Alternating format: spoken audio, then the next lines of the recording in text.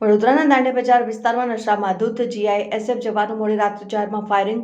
વડોદરા શહેરમાં ગત મોડી રાત્રે ફાયરિંગની સનસનાટીભરી ઘટના સામે આવી છે. શહેરના દાંડિયા બજાર કાકા સાહેબના ટેકરા પાસે આવેલ નવદુર્ગા મંદિર નજીક જીઆઈએસએફના જવાનો હવામાં એક રાઉન્ડ ફાયરિંગ કરતા સ્થાનિકોમાં ભારે ફફડાટ વ્યાપી ગયો હતો. ઘટનાની જાણ થતાં જ રાવપુરા પોલીસનો કાફલો તાત્કાલિક સ્થળ ઉપર પહોંચ્યો અને ફાયરિંગ કરનાર નરેન્દ્રસિંહ દોલતસિંહની અટકાયત કરી હતી. પોલીસ તપાસમાં બહાર આવ્યું છે કે આરોપી મૂળ જંબુસરનો વતની છે અને વડોદરા જીએસટી ભવનમાં સિક્યુરિટી ગાર્ડ તરીકે ફરજ બજાવે છે. અને સૌથી ચોંકાવનારી બાબત એ છે કે ઘટના સમયે કર્મચારી નશામાં ધૂત હતો.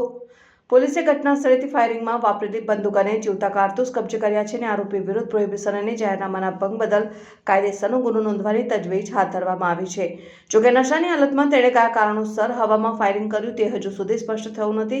બરજંગ વિસ્તારમાં જવાબદાર સુરક્ષાકર્મી દ્વારા આ પ્રકારે હથિયારનો દુરુપયોગ થતા સુરક્ષા વ્યવસ્થા સામે ગંભીર સવાલો ઊભા થયા છે.